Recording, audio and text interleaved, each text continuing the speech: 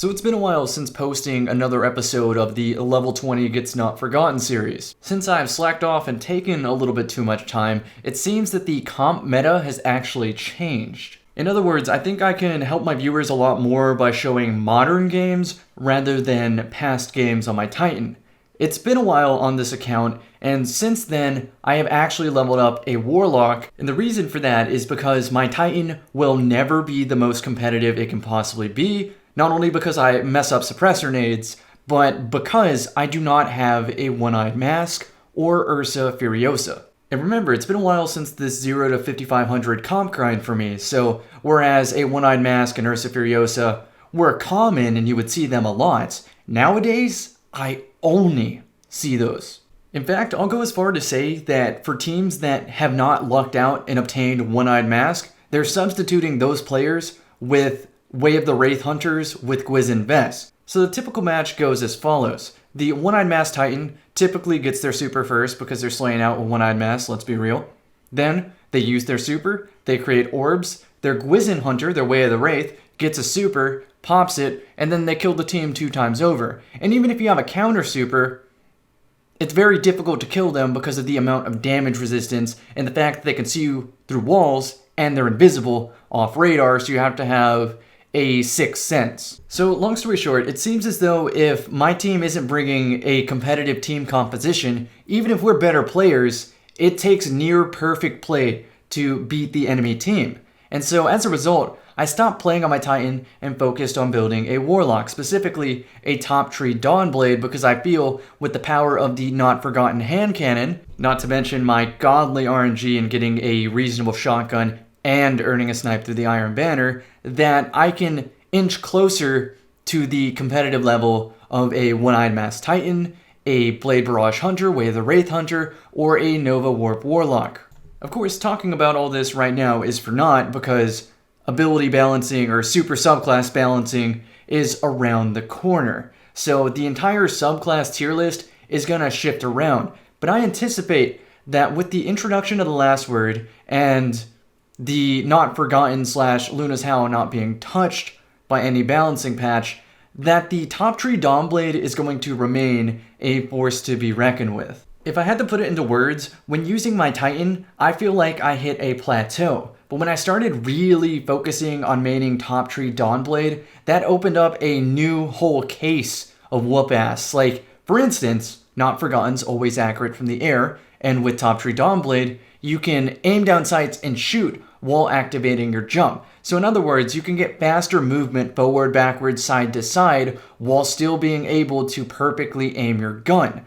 And that alone is a game changer, but then you throw the Icarus dash on top of it, which is like having an instant disengage button, the equivalent of a hunter dodge at all times. And then we're talking about the super, which can float as high as the sky and use a dodge, which for the record actually does get you out of blade barrages about half the time, can float out of the AoE of a Nova Warp, and can avoid Sentinel supers for a good duration of the super. The only thing it struggles against is the Way of the Wraith Hunters if you're playing somebody smart, because let's be real, they'll just wait you out or ignore you and go fight your teammates. So the way I've been dealing with them is throwing a rift down, popping my super, sitting in the rift, and just daring the hunter to come around the corner, because it's going to take me 2 or sometimes 3 Dawnblade swipes just to kill it. So it requires my team to also take advantage of my rift.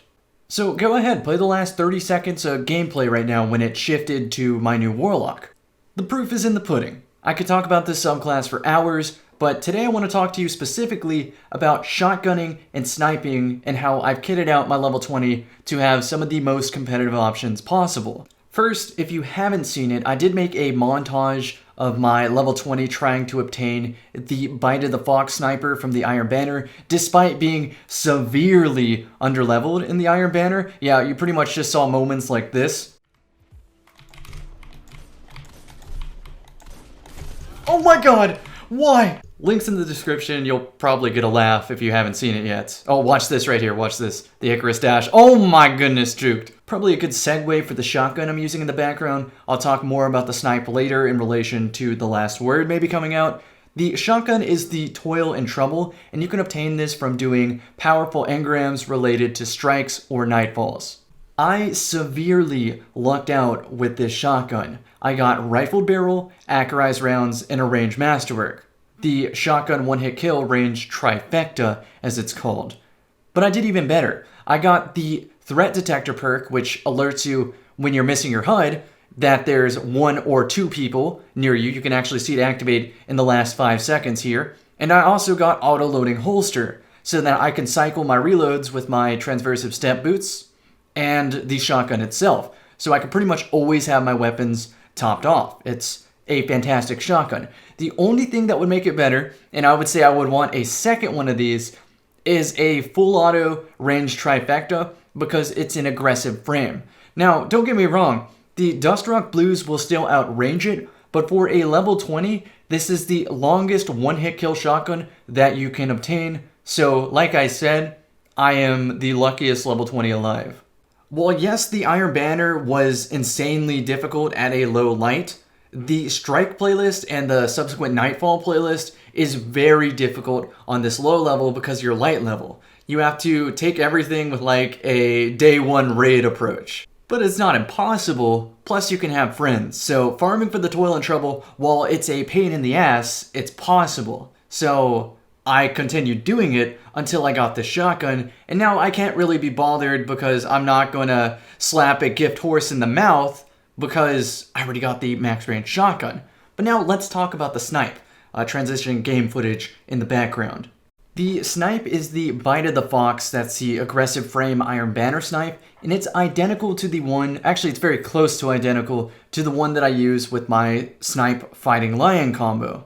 The reason that I wanted this particular Snipe is because the only other Snipe that I could have obtained was the Silicon Aroma, and that's not a terrible Snipe by any means, but with this one, I could have the opening shot or explosive round perk, which is both very useful on the high impacts. And the reason that you want a high impact is because the Snipe can combo with the Not Forgotten. And remember how I said that because Top Tree Dawnblade is really good about using Not Forgotten in the air with the Icarus Dash? Yes, the Snipe adds to that too, because you can clean up a body shot with a body shot from the Not Forgotten. Or in like a more realistic typical game scenario, you'll be at range drop-off, and so your Not Forgotten will clean up with a range drop-off headshot, which then you can 2-tap the next Guardian near you because you just procced Mag Howl.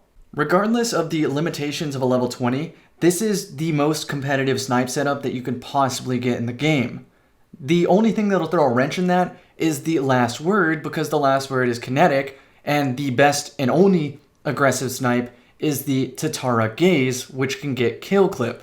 So when the last word comes out, I might be a little bit undergeared, but I prepared. In the event that I can obtain the last word of my level 20 without purchasing anything, I do have a Persuader sniper rifle that's a rapid fire frame from the Vanguard with Snapshot and Rampage. So I think that's adequate enough alone. I do think I could do better on the roll, but at least I have a modern sniper with the power of something like the last word, assuming I can get it. If I can get the last word, this opens up a whole new world for the level 20.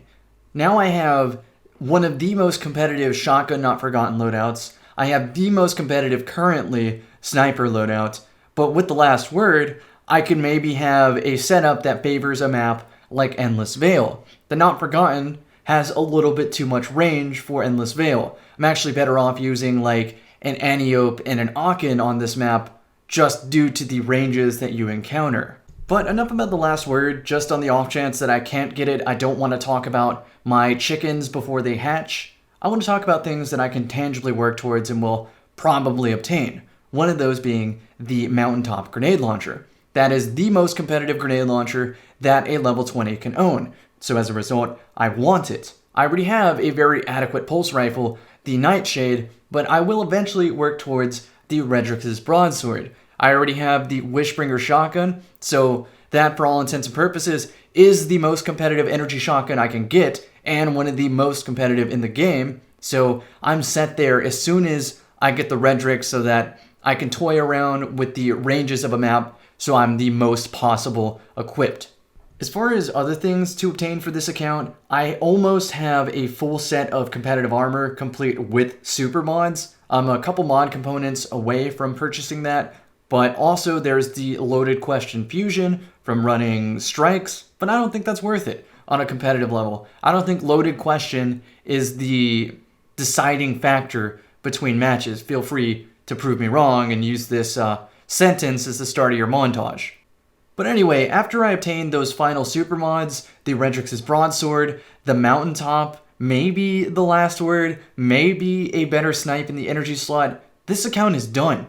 I haven't spent a cent on this account, and it is ready to enjoy the rest of Destiny 2's lifespan, and I think that's amazing. It reminds me of the old days of RuneScape, even the current days of RuneScape, I guess you could say. Essentially, in RuneScape, players would make limited accounts, so they would make arbitrary rules that these accounts had to follow, or they would limit their stats so that they could get a PvP advantage, and even completing the most mundane task in obtaining what seemingly are normal items is a monumental achievement on these accounts because of the difficulty associated with those limitations.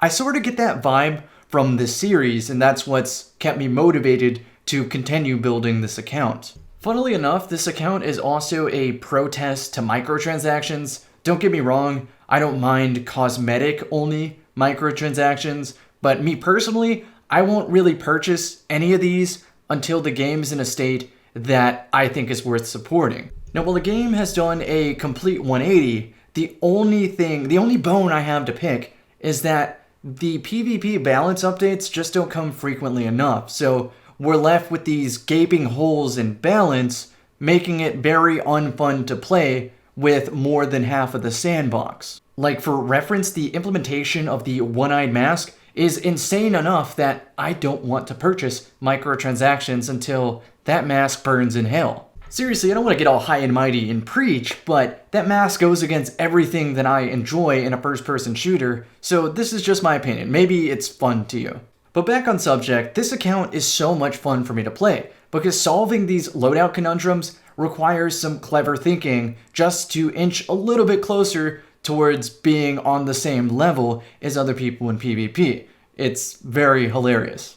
But while I'm thinking about it, I think free accounts should continue to be a thing. I'm not saying everybody should avoid purchasing the game, but I think this is a really easy way to get people into Destiny 2. The only caveat is I think that there should be an extra playlist for only free-to-play players. Not saying I want to bring my account in there and dunk on people, but I do want to introduce friends who have never touched Destiny and have no intention of buying it a chance to play it, a chance to try out the PvP, a chance to play PvP without running into the one-eyed mask being like, what the fuck is this? Then my friends will be like, well, back to Overwatch, have fun, Cammy. Which brings me to my final point of the video, which is kind of crazy that I can search in the comp playlist and not get a reasonably fast or adequate quality game.